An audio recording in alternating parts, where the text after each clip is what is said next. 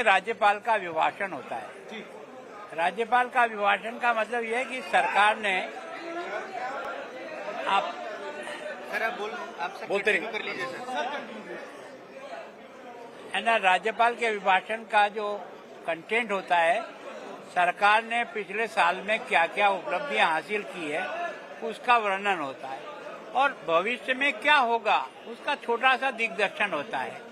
Exact तो सारा budget में आएगा, लेकिन उससे एक लाइन मिलती है कि भविष्य में सरकार की अगले साल की योजनाएं क्या है। सामान्यतः मतलब ये एक सभी विधानसभा में जब बजट सत्र शुरू होता है तो उसका पहले दिन राज्यपाल का अभिभाषण होता है। ये संवैधानिक व्यवस्था है, उसी के तहत आज मेरा जो है बजट सत्र जो शुरू हो रहा है पंजाब विधानसभा का, उसका पहले दिन मुझे इस अभिभाषण के रूप में पढ़ना था। मैंने कोशिश की थी कि सभी साथी बजट भाषण को सुने और जो आलोचना करनी है उसके लिए आपका हाउस है, आप उसका उपयोग करो, पर शायद उनकी ये मंशा नहीं थी और इस कारण से उन्होंने वॉकआउट किया। मेरी रिक्वेस्ट अभी भी है कि जितना फ्लोर पर आप अपनी चीजों का अंकित कराओगे उतना ही आप फायदे में रहोगे। अगर फ्लोर का उपयोग आपको अपनी बात को रिकॉर्ड कराने में नहीं किया तो इसमें नुकसान आप ही का होगा।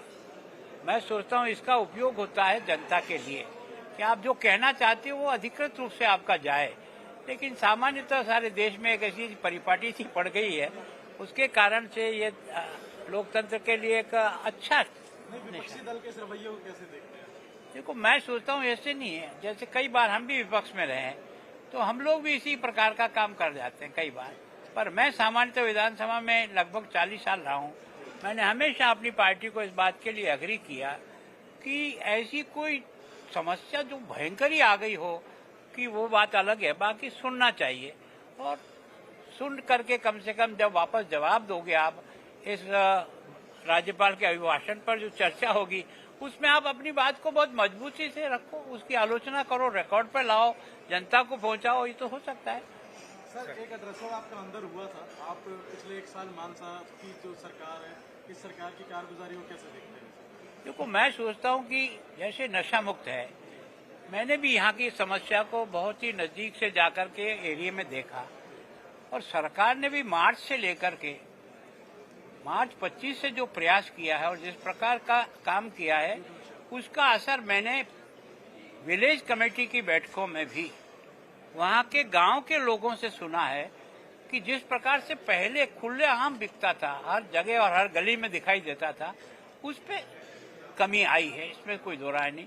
और मैं सोचता हूँ कि केवल मार्च से लेकर दिसंबर तक 31,000 FIR दर्ज होना ये अब तक का किसी स्टेट का रिकॉर्ड नहीं होगा। जो पंजाब ने इसको किया है, लगभग 41,000 लोगों को अरेस्ट किया है। तो मैं सोचूं सरकार अपना काम कर रही है ना, नशा विरुद्ध अभियान में तहत, और मैंने भी प्रयास किया है कि जनता को भी इस आंदोलन से जोड़ें, तो जनता अपने स्तर पर काम करेगी, सरकार अपने स्तर पर काम करेगी और दोनों मिलकर के प्रयास करें तो ये जो एक सबसे बड़ी समस्या पंजाब के सामने खड़ी हो रही है जवानों के लिए, उसमें हम राहत दिला सकेंगे उन परिवारों को जिन परिवारों में इसकी बहुत पीड़ा है। एजुकेशन और दूसरा, देखो, मैंने एक बात और हाईलाइट की है कि देखो, एक मैंने इसे कि शिक्षा में भी पंजाब ने अपने आप को बहुत उठाया। आज की तारीख में शिक्षा में पहले पायदान पे पंजाब का आना निश्चित रूप से एक अच्छी उपलब्धि है। जहां वंदे मातरम कह रहा, तो मैंने आपसे भी आग्रह किया है कि अब सरकार ने सभी जगह पैटर्न बदला है। पहले वंदे मातरम करिए और समापन पर जनगण मन करिए, तो मैं सोचता हूं कि एक तरह से सब जो आंदोलन, जिस आंदोलन के आधार पर देश आजाद हुआ है, उनका मेन मेट्रो तो वंदे मातरम का गीत ही था, जिसके कारण से उन्होंने अपने आप को कुर्बान किया। तो उसका सम्मान, देश की उस आजादी के सम्मान के साथ जुड़ा है। तो मैं सोचता हूं सभी प्रदेशों में प्रारंभ हुआ है।